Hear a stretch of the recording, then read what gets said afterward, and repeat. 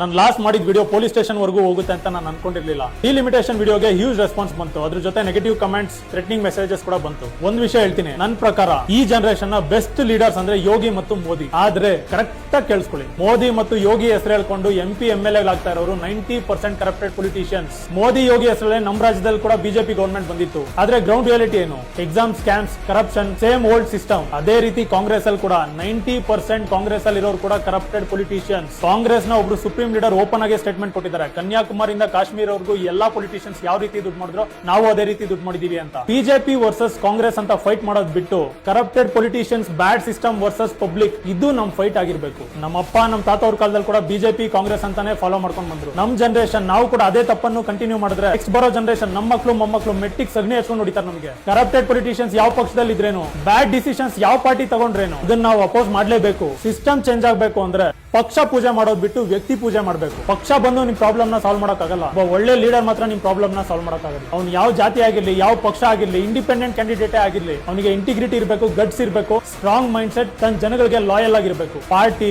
Modi, Yogi, free ಭಾಗ್ಯಗಳು, ಜಾತಿ, ಧರ್ಮ ಇದನ್ನ ಹೇಳ್ಕೊಂಡು ವೋಟ್ ಕೇಳೋರ್ಗೆ ಯಾವತ್ತು ಬೆಲೆ ಕೊಡಬೇಡಿ. ನೆಕ್ಸ್ಟ್ ವಿಡಿಯೋ ಅಲ್ಲಿ Hindu Muslim narrative, Kerala story, TCS issue, facts ಜೊತೆ ಡೀಟೇಲ್ ಆಗಿ ಹೇಳ್ತೀನಿ. ಈ ಅಕೌಂಟ್ ನ ಫಾಲೋ ಮಾಡಿ. ಬಯೋದಲ್ಲಿ ಯೂಟ್ಯೂಬ್ ಲಿಂಕ್ ಇದೆ, ಸಬ್ಸ್ಕ್ರೈಬ್ ಮಾಡ್ಕೊಳ್ಳಿ. Thank you.